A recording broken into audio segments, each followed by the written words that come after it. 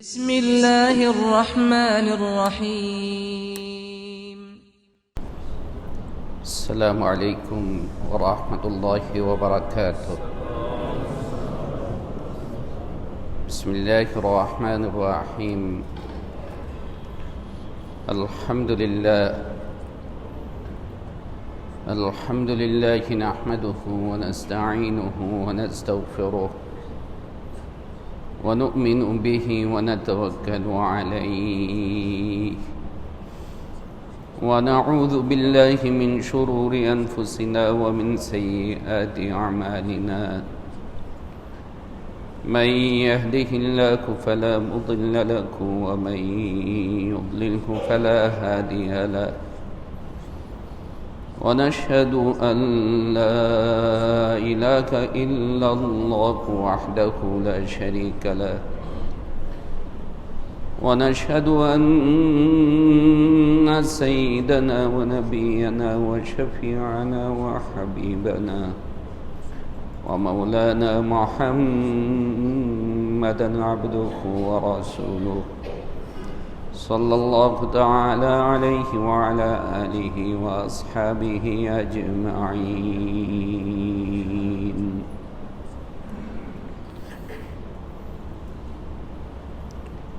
محترم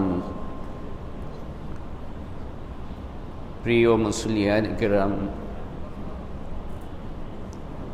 এবং আমার প্রিয় দেশবাসী,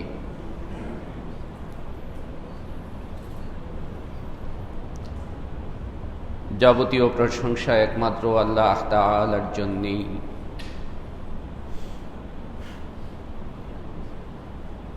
তিনি মেহেরবানি করে আমাদেরকে তৌফিক দান করেছেন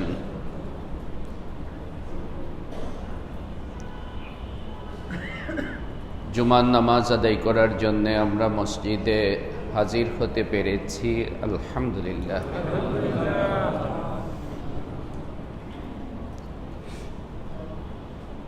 আমরা গত সপ্তাহের জুমার বয়ানে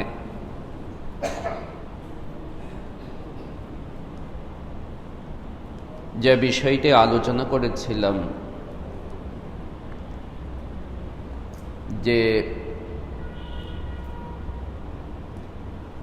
একজন মুমিন রমাদানুল মুবারকের সিয়াম সাধনার মাধ্যমে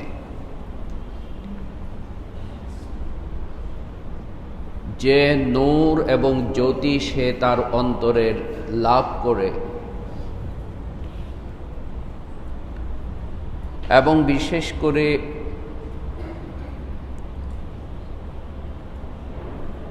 একজন মুমিনের জীবনের মেহনতের অন্যতম লক্ষ্য এবং সাধনা হচ্ছে সে যেন তার জীবনটাকে গুনাহমুক্ত জীবনে পরিণত করতে পারে।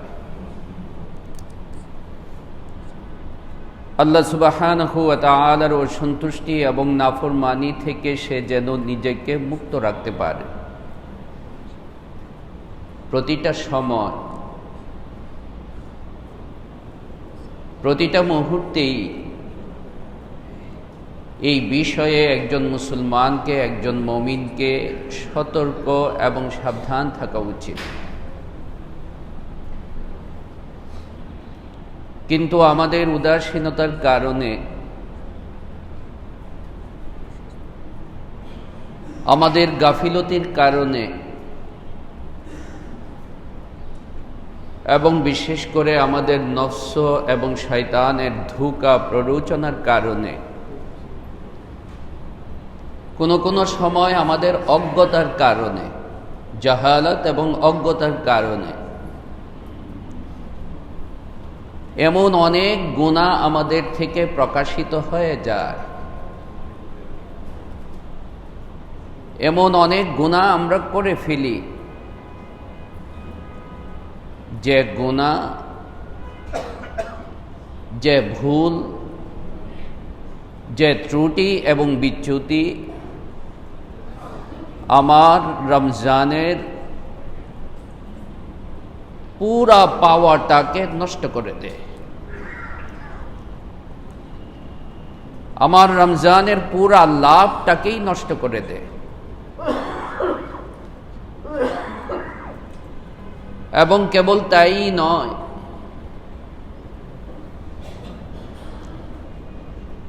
কুরআনে কারীম এবং রাসূলুল্লাহ সাল্লাল্লাহু আলাইহি ওয়াসাল্লামের হাদিসের দৃষ্টিতে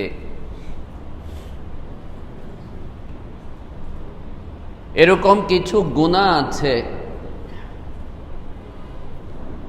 যে গুনাহগুলোর কারণে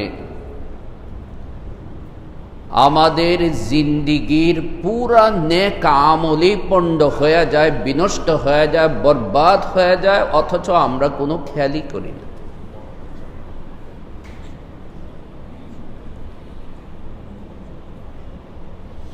আল্লাহ সুবহানাহু ওয়া তাআলা কুরআনে কারীমের সূরাতুল কাহফ, অত্যন্ত পরিচিত একটা সূরা আমাদের, সূরাতুল কাহফের শেষের দিকে 16 নম্বর পারাতে আল্লাহ সুবহানাহু ওয়া তাআলা ইরশাদ করেছেন, হাল নুনাব্বিউকুম বিল আখসারিনা আমালা,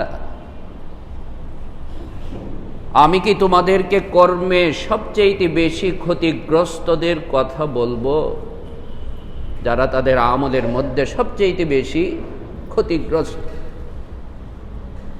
হাল নুনাব্বিউকুম বিল আখসারিনা আমালা, আমি কি তোমাদেরকে আমলের মধ্যে, কর্মের মধ্যে সবচেয়ে বেশি ক্ষতিগ্রস্ত কারা তাদের কথা বলবো। আল্লাযীনা দাল্লা সা'য়ুহুম ফিল হায়াতিদ দুনিয়া ওয়া হুম ইয়াহসাবুনা আন্নাহুম ইহসিনুনা সুনআ, যাদের সব আমল নিষ্ফল হয়ে গেছে অথচ তারা মনে করছে তারা খুব ভালো কাজ করছে। অত্যন্ত আফসোস এবং ভয়ের কথা। আল্লাযীনা দাল্লা সা'য়ুহুম ফিল হায়াতিদ দুনিয়া ওয়া হুম ইয়াহসাবুনা আন্নাহুম ইহসিনুনা সুনআ, আমি মনে করছি যে আমি তো খুব ভালো কাজ করে যাচ্ছি, কিন্তু আমার একটা অসাবধানতার কারণে, আমার একটা অসতর্কতার কারণে, আমার একটা গাফিলতির বিচ্যুতির কারণে, এমন অসম্ভব কিছু নয়, এমন হয়ে যেতে পারে যে আমার সব অর্জন নষ্ট হয়ে যাচ্ছে, সব অর্জন পণ্ড হয়ে যাচ্ছে, সব অর্জন বিফলে যাচ্ছে, অথচ আমি ওয়া আনতুম লা তাশউরুন, আল্লাহ তাআলা অন্য আয়াতে সূরাতুল হুজুরাতে বলেছেন ওয়া আনতুম লা তাশউরুন, অথচ তোমরা খেয়ালই করছো না, অথচ তোমরা খেয়ালই করছো না। এবং এই ধরনের যে গুনাহ আছে, এই ধরনের যে বিচ্যুতি আছে, নাফরমানি আছে, কিছু তো আছে এরকম যে এগুলো অনেক বড় বড় পরিচিত আমাদের কাছে, আবার কিছু আছে এরকম যে আমরা খেয়ালও করি না, এই ধরনের কথা আমরা বলে ফেলছি, আমরা খেয়ালও করি না, এই ধরনের আচরণ আমরা করে যাচ্ছি, আমরা খেয়ালও করছি না এ ধরনের ধ্যান, চিন্তা, বিশ্বাস আমি আমার ভিতরে লালন করছি, অথচ এই কথাটা সম্পর্কেই আল্লাহ রাসূল বলে দিয়েছেন যে এমন একটা কথার কারণে তোমার জীবনের সব আমল কি হয়ে যেতে পারে, বরবাদ হয়ে যেতে পারে। আল্লাহ রাসূল সাল্লাল্লাহু আলাইহি সাল্লাম বলেছেন, এমন একটা কাজ তুমি করছো অথচ তোমার এই একটা কাজের কারণেই তোমার সব নষ্ট হয়ে যেতে পারে। তুমি এমন একটা আকীদা পোষণ করছো, এমন একটা চিন্তা তুমি লালন করছো, এমন একটা বিশ্বাস তুমি লালন করছো, হতে পারে তোমার এই চিন্তা, তোমার এই বিশ্বাস, এই একটা ভুলের কারণে তোমার সব আকীদা নষ্ট হয়ে যেতে পারে। তাই প্রথম নম্বর করণীয় হচ্ছে একজন মুসলমানের প্রতিটা মুহূর্তই সে সতর্ক থাকবে, প্রতিটা মুহূর্তই সে সাবধান থাকবে যেন তার থেকে এ ধরনের কোনো আমল প্রকাশ না পায়, এই ধরনের কোনো কথা প্রকাশ না পায় যে আমল বা যে কথার কারণে তার জিন্দিগির সব নেক আমল বরবাদ হয়ে যেতে পারে। আমরা ইনশাআল্লাহ চিন্তা করছি এবং আমি সিদ্ধান্ত নিয়েছি যদি উপস্থিত কারেন্ট কোনো বিষয় চলে না আসে, তাহলে ধারাবাহিক এই বিচ্যুতিগুলি সম্পর্কে, এই গুনাহগুলো সম্পর্কে আমরা ইনশাআল্লাহ ধারাবাহিক একটা একটা করে আলোচনা করব, যাতে আমরা শোনার দ্বারাও অন্তত, আমাদের তো আসলে জানারও অনেক অভাব এবং আরও লজ্জার কথা, শরমের কথা, জানি না যে জানি না এটাও বুঝি না। আমি যে জানি না, আমি যে বুঝতেছি না, এই ফিলিংসটাও আমার ভিতরে নাই। আমরা সবাই বলি না, ঘুমন্ত ব্যক্তিকে জাগানো যায় সহজ, কিন্তু যে জাগনা তাকে জাগানো কঠিন। আমাদের ভিতরে এত উদাসীনতা চলে আসছে, এত অহমিকা চলে আসছে, এত দম্ভ এবং বড়ত্ব চলে আসছে যে আমাদের এক একজনের ভাবসাব হচ্ছে আর কি বলবো।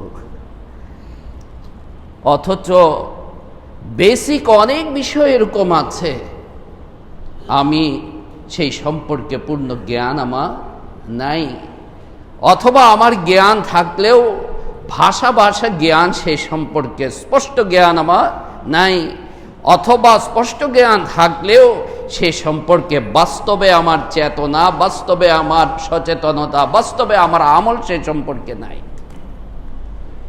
কোরআন এবং হাদিসের দৃষ্টিতে এই ধরনের বিচ্যুতিগুলির মধ্যে, এই ধরনের গুনাহগুলোর মধ্যে সবচেয়ে মারাত্মক গুনাহ হচ্ছে শিরক। কোনটা? শিরিক। শিরিক হচ্ছে সবচেয়ে মারাত্মক। এবং আমরা জানি যে শিরিক এত মারাত্মক, এত মারাত্মক, এত মারাত্মক যে কোনো ব্যক্তি যদি শিরিকের মধ্যে লিপ্ত হয়, মুসলমান হওয়ার দাবি করার পরেও, ঈমান হওয়ার দাবি, মুমিন হওয়ার দাবি করার পরেও সে যদি শিরিকের মধ্যে লিপ্ত হয়, সে যদি শিরিকের কোনো ধ্যান, কোনো ধারণা, কোনো আকীদা, কোনো বিশ্বাসকে যে লালন করে, যেটা শরীয়তে শিরিক, তাহলে তার সব ঈমান, সব আমলই বিনষ্ট হয়ে যেতে পারে। এটা অসম্ভব কিছু না। অথচ সে তো মনে করছে সে খুব ভালো কাজ করে যাচ্ছে। অহুম ইয়াহসাবুনা আন্নাহুম ইউহসিনুনা সুনা, আল্লাহ তাআলা বলেছেন যে সে তো মনে করছে সে খুব ভালো কাজ করে যাচ্ছে, অথচ তার সব আমলই কি হয়েছে? নিষ্ফল হয়ে গেছে, সব আমলই তার ব্যর্থ হয়ে গেছে। এবং আল্লাহ সুবহানাহু ওয়া তাআলা হাশরের ময়দানে এদের সম্পর্কে বলেছেন সূরাতুল ফুরকানে 19 নম্বর পারা শুরুতেই, ওয়াকাদিমনা ইলা মা আমিলু মিন আমালিন, ওয়াকাদিমনা ইলা মা আমিলু মিন আমালিন, এই ধরনের লোকদেরকে, এই ধরনের লোকদের আমলকে আমি সামনে হাজির করব, এই ধরনের লোকদের আমলকে আমি সামনে হাজির করব। এরপর ফাজআলনাহু হাবাআম মানসুরা, উড়ন্ত ধূলিকণার মতো শূন্য আমি তাদেরকে করে দেব। Zero, result zero. কত খাটলো, কত পরিশ্রম করলো, কিন্তু সামান্য অসাবধানতার কারণে, অসতর্কতার কারণে, অসচেতনতার কারণে কিংবা মূর্খতার কারণে ফাজআলনাহু হাবাআম মানসুরা, একদম শূন্য হয়ে গেল। খাসিরাত দুনিয়া ওয়াল আখিরা, এদের সম্পর্কে আল্লাহ তাআলা কুরআনে কারীমের বিভিন্ন আয়াতের মধ্যে ইরশাদ করেছেন, খাসিরাত দুনিয়া ওয়াল আখিরা, দুনিয়াও গেল, আমও গেল, সালাও গেল,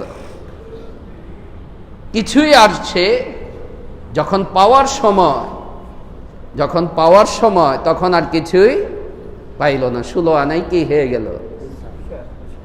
আমি আমার শিক্ষকতার জীবনে, আপনারা জানেন, অনেক দীর্ঘ আমার আলহামদুলিল্লাহ শিক্ষকতার জীবনে এবার 34তম বছর আমার শুরু হয়েছে। আলহামদুলিল্লাহ, আল্লাহ তাআলা এই বয়সে এত দীর্ঘ একটা অভিজ্ঞতা এবং খতিবের, এখানেই 24তম বছর শুরু হচ্ছে। আমি আমার জীবনে এক ছাত্র পেয়েছিলাম, যাই হোক এখন সে বুড়া হয়ে গেছে। আমার শুরু জীবনে তখনই সে বয়সে আমার চাইতে বেশি ছিল। এখন একদিন দেখা করলো বুড়া খতিব, মুফতি, এক মসজিদের খতিব বসে। ওকে বলো কি তুমি, বুড়া হয়ে গেছে, সাদা দাড়ি।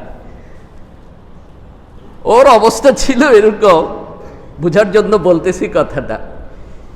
সে করত কি, পরীক্ষার খাতায় ও যেটা মুখস্থ করেছে পরিশ্রম করে, যদি প্রশ্নের মধ্যে সেটা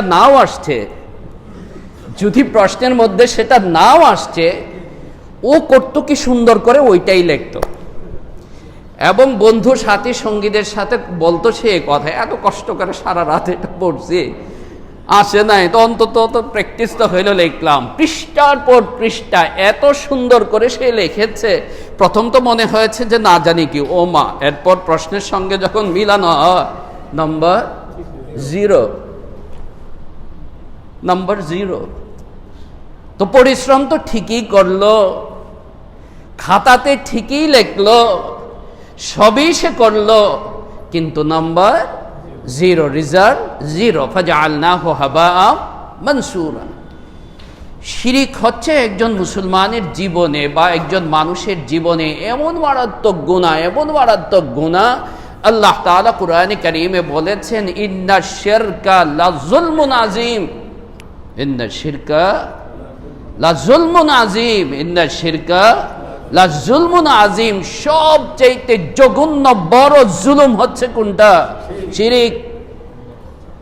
জালেম কেবল আরেকজনকে পিটানোর নাম না, জালেম কেবল আরেকজনের হককে নষ্ট করে দেওয়ার নাম না, জালেম কেবল আরেকজনের সম্পদকে আত্মসাৎ করার নাম না।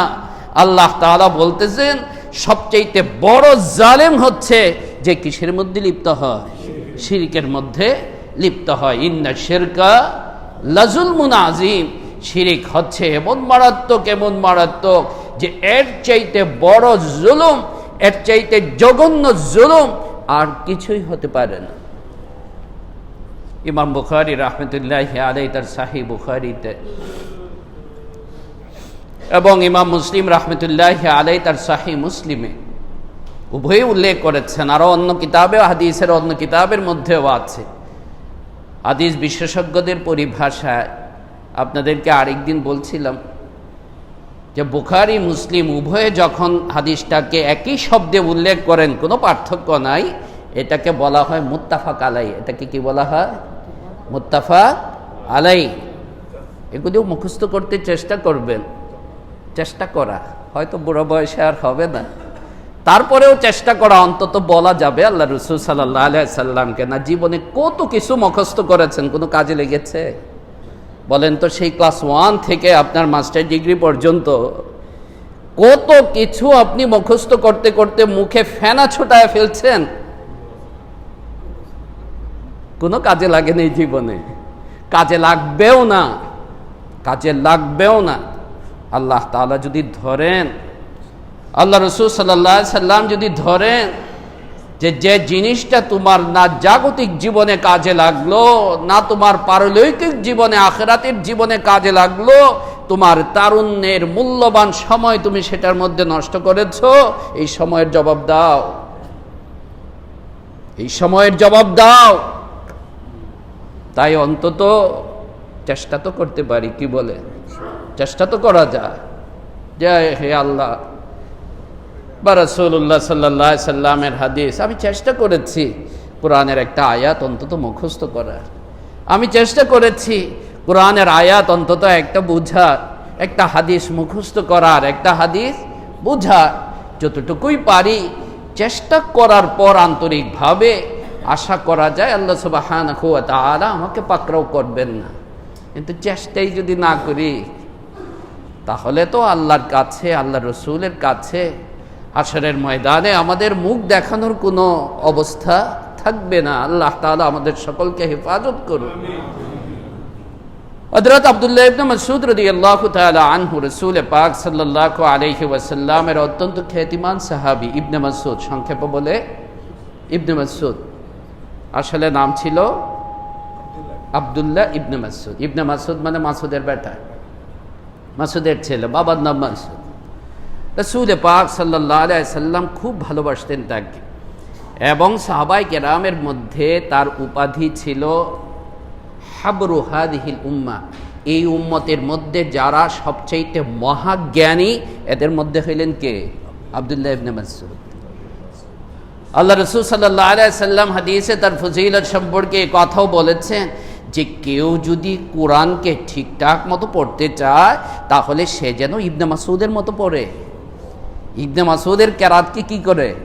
অনুসরণ করে। কেবল তাই নয়, নবীজি সাল্লাল্লাহু আলাইহি ওয়াসাল্লাম অনেক সময় তাকে ডেকে বলতেন, আব্দুল্লাহ তুমি আমাকে কোরআন পড়ে শোনাও, তুমি আমাকে। হযরত আব্দুল্লাহ ইবনে মাসউদ কেঁদে দিতেন, ইয়া রাসূলুল্লাহ আপনার উপরে কোরআন নাজিল হয়, আলাইকা আকরাউ ওয়াল কুরআনু ইউনজালু, আমি আপনাকে কোরআন পড়ে শোনাবো, কোরআন তো আপনার উপরেই নাজিল হয়। রাসূলুল্লাহ সাল্লাল্লাহু আলাইহি সাল্লাম বলতেন যে না, এটা স্বয়ং আল্লাহ আমাকে হুকুম করেছেন, আল্লাহ আমাকে হুকুম করেছেন।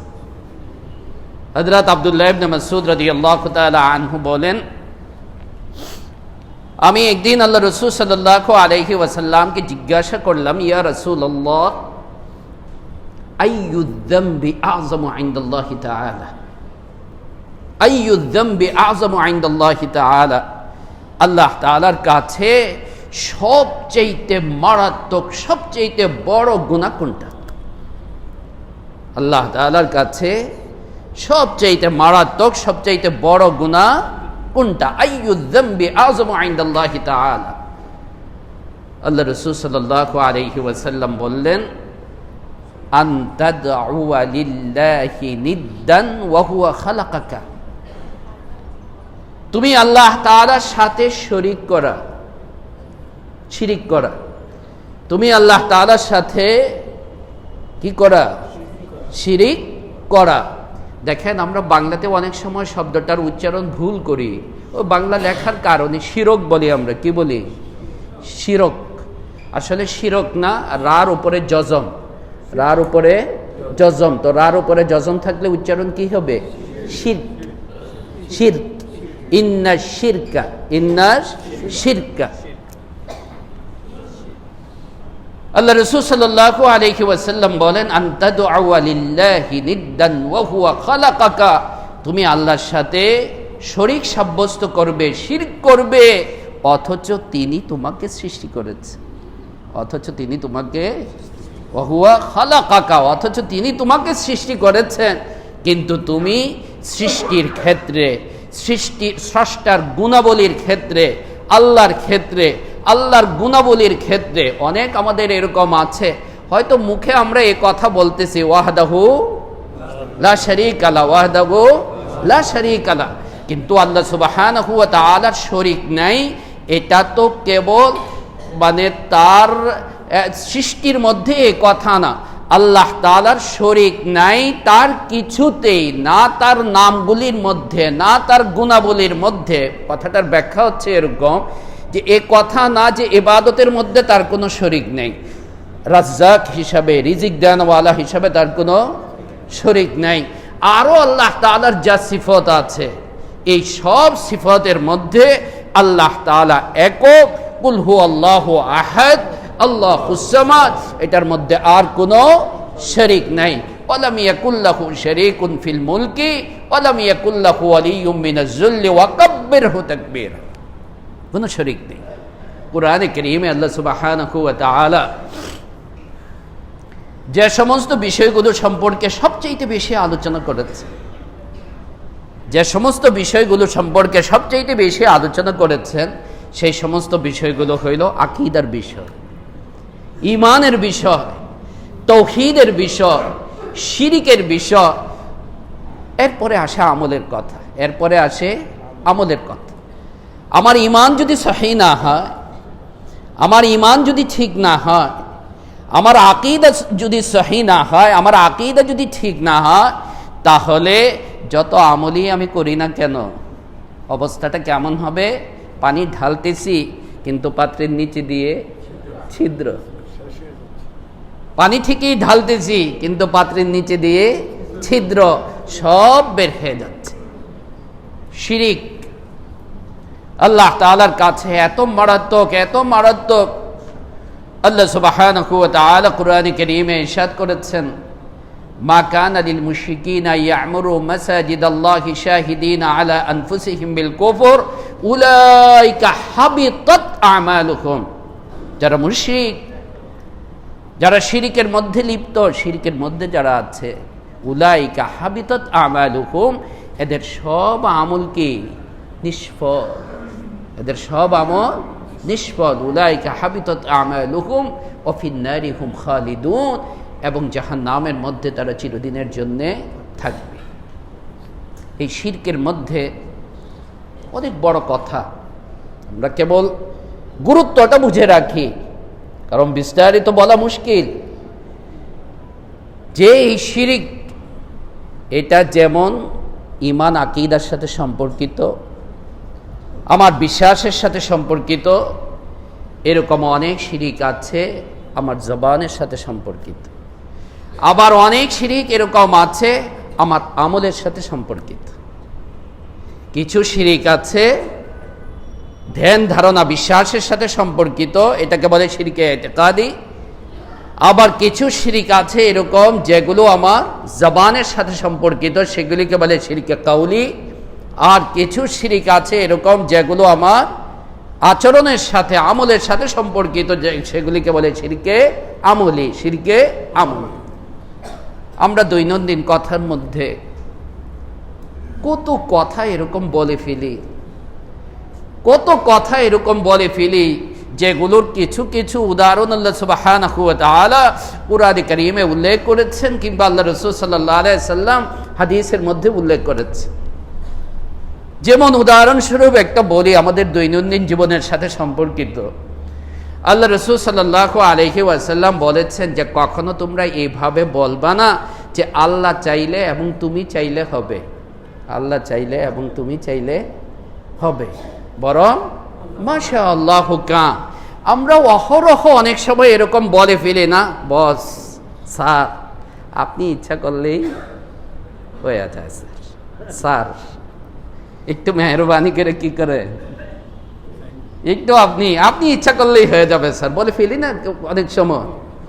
স্যারও চিন্তা করে না, আমি বলনেওয়ালাও চিন্তা করছি না যে আমার এই একটা কথা কত মারাত্মক, যে আমার এই অসাবধানতার কারণে আমার পুরা নেক আমল কি হয়ে যেতে পারে, বরবাদ হয়ে যেতে। এমনি তো আমল করি না, এমনি তো আমল করি না, আবার যদি আমার অসাবধানতার কারণে এইগুলিও যদি বরবাদ হয়ে যায় তো কি অবস্থাটা হবে বলেন।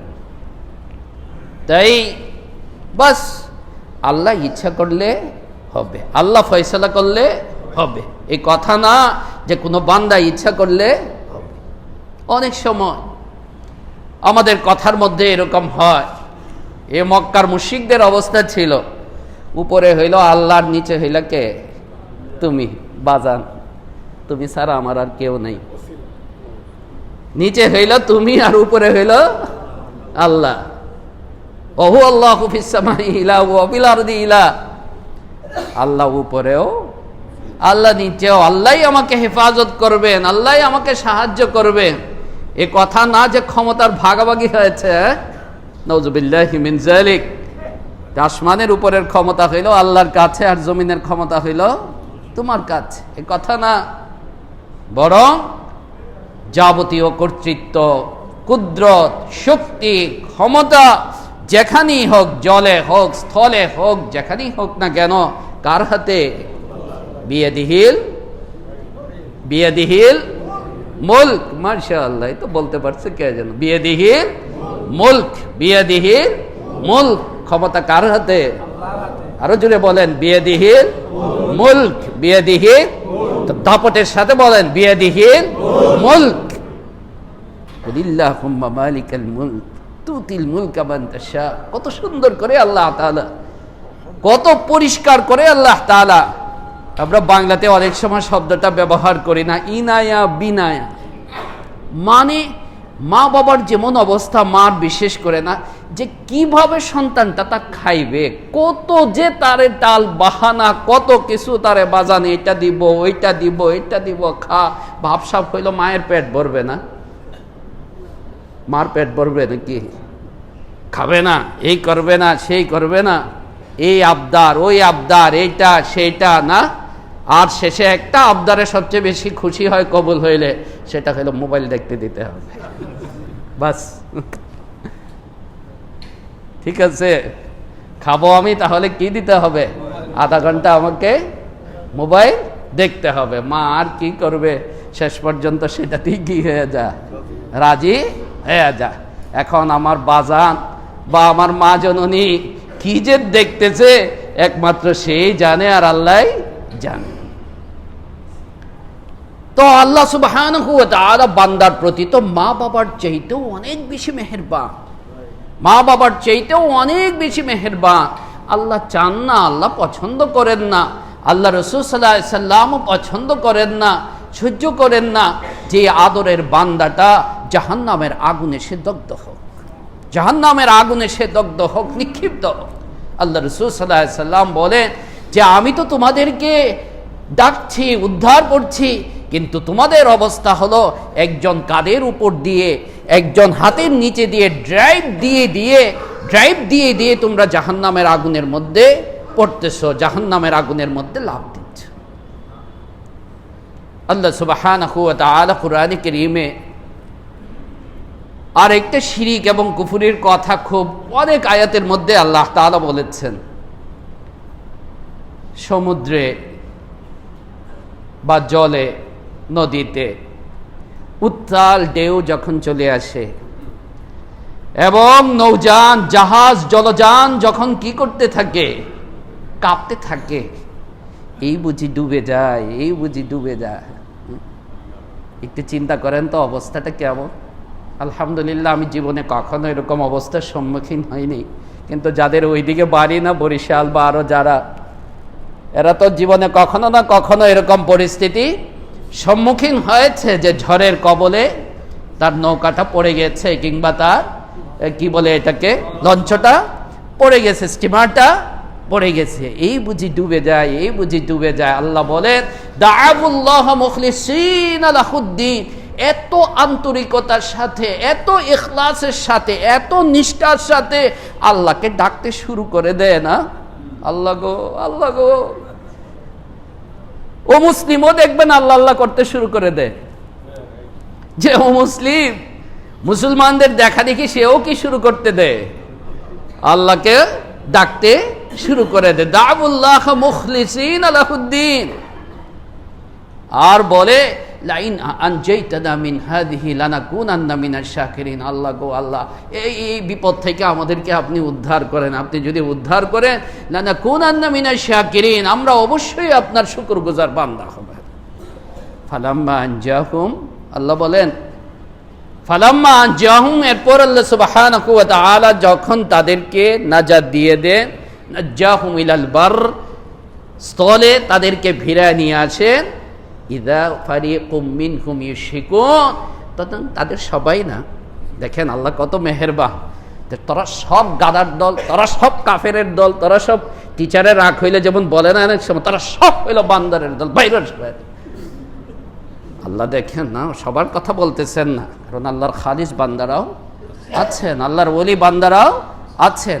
আল্লাহ বলতেছেন ইদা ফারিকুম মিনহুম, তখন তাদের কেউ কেউ, তাদের কোনো কোনো দল কি করে, ইউশরিকুন, শিরকে লিপ্ত হয়ে যায়। কিসে লিপ্ত হয়ে যায়?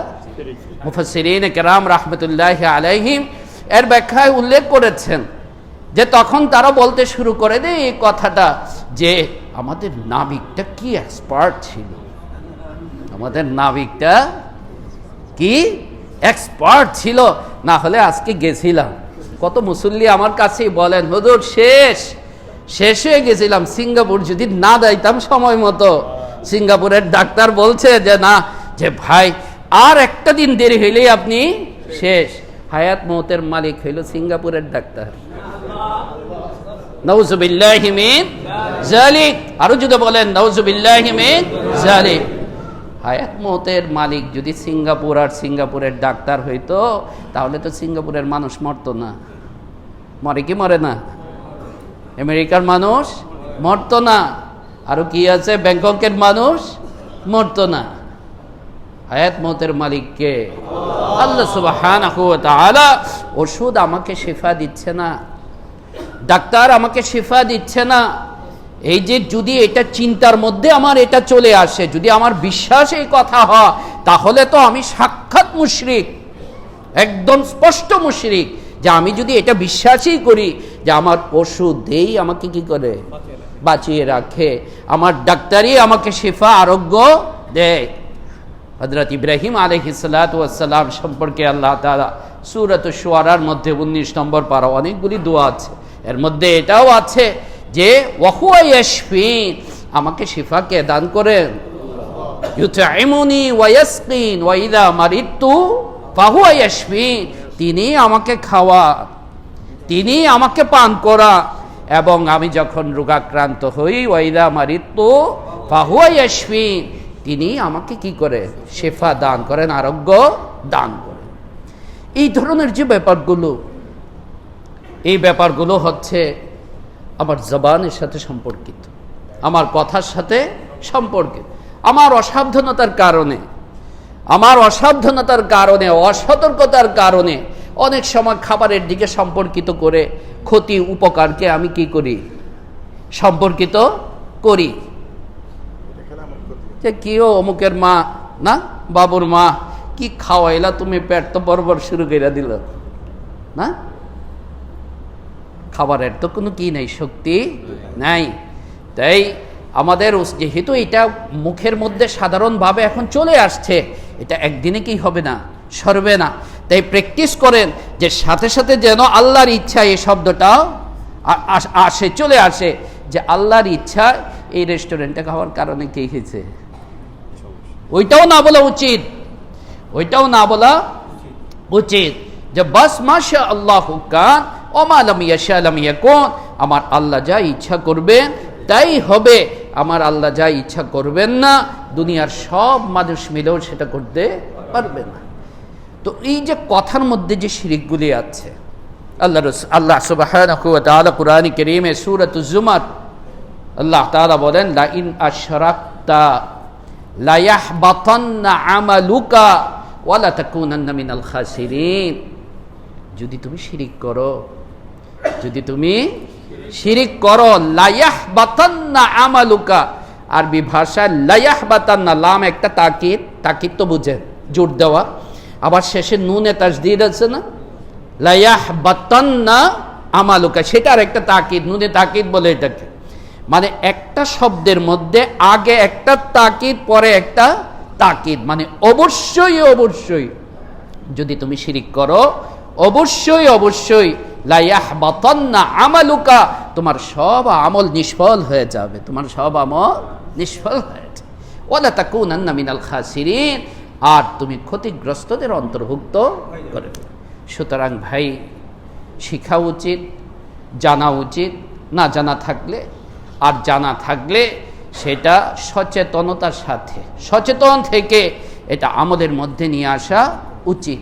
না হলে আল্লাহ তাআলা তো দেওয়ার জন্য তিনি প্রস্তুত হয়ে আছেন।